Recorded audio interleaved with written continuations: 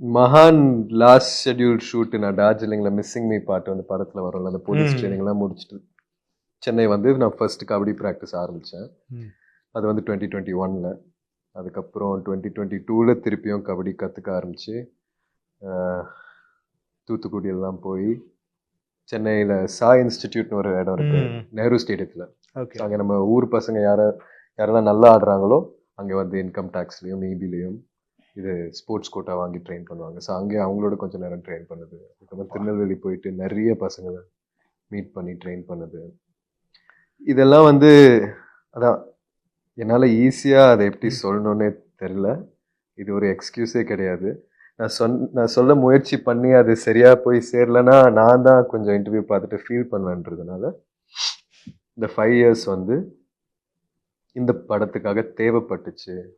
ஒரு மிக முக்கியமான டைம் ஆனால் தான் நான் அதை பார்க்குறேன்.